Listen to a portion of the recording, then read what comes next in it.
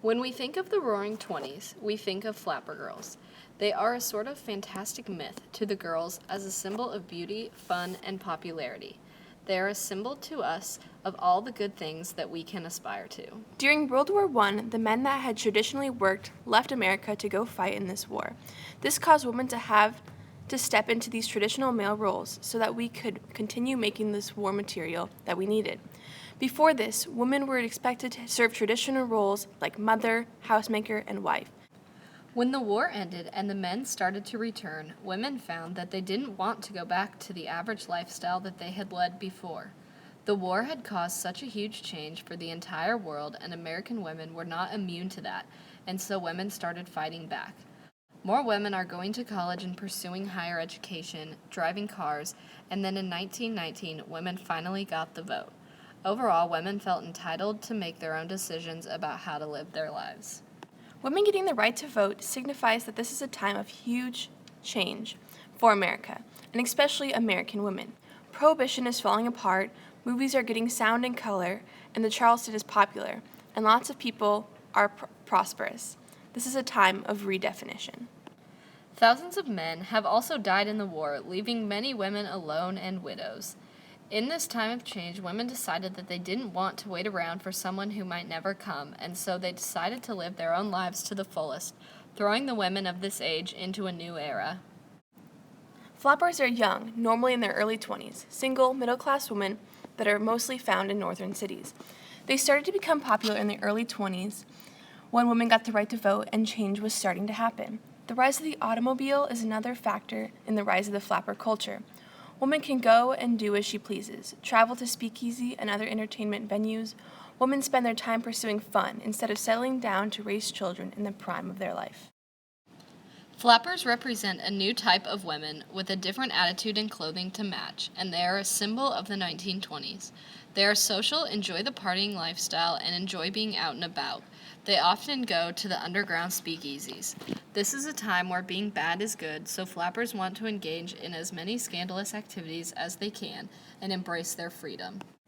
During the day, most flappers hold stable jobs, like phone operators or work in department stores to sell clothes to other women. But at night, they engage in the city nightlife. They go to jazz clubs and vaudeville shows. More young women are consuming alcohol in the decade it is illegal than ever before. Smoking was previously something that only men did, which caused flappers to take it as well. Women are also now more willing to experiment sexually than the previous generations. All of this shocked the more conservative elders. Some men supported it, but others were appalled by it. Young girls sought to define themselves by the standards the flappers had set. Part of the flapper identity includes a brand new style. Before the 20s, women wore floor-length dresses with cinched waists and corsets. Practically all of their skin was covered and meant to constrict. They had long hair. Flappers take the opposite of all of that. The fashion follows the lifestyle. The skirts become shorter to make dancing easier.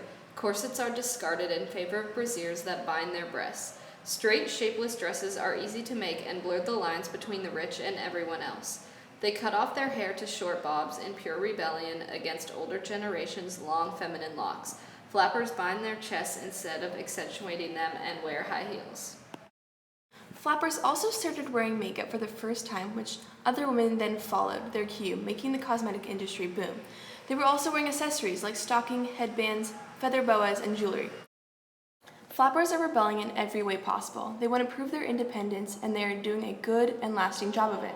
They change the way they talk by using more slang, ending the traditional English word that women are supposed to talk in, using phrases like cats meow and having necking parties.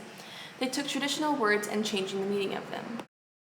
The purpose of the flappers is to do exactly that, to prove themselves. They want to show that women should have fun and that they can live for themselves and not for men. Some people take this as women trying to be more like men. Women celebrate the flappers as a female declaration of independence because women had been silent before. There's many myths and stories about why flappers are called flappers. Most popular theory is about unbuckled galoshes. The fashion trend to wear unbuckled galoshes, rubber rain boots, so when they walk, their shoes flap back and forth. When the Great Depression hit, the 20s style and life died out, including the flappers. The flapper trend came to an end when the Great Depression hit because there was no one able to afford the lavish lifestyle. Sadly, the flapper lifestyle was gone, but they are still able to change the idea of woman completely. Women went back to marriage and long hours of working, but hemlines stayed above the ankle, corsets never came back, and they changed all expectations and created this new style of women. Flappers are still a legend today. They are a large symbol of the 20s, and we still idolize them today because of their fast living, sexual behavior, and how they were able to cling to youth as if it were going to leave them at any moment.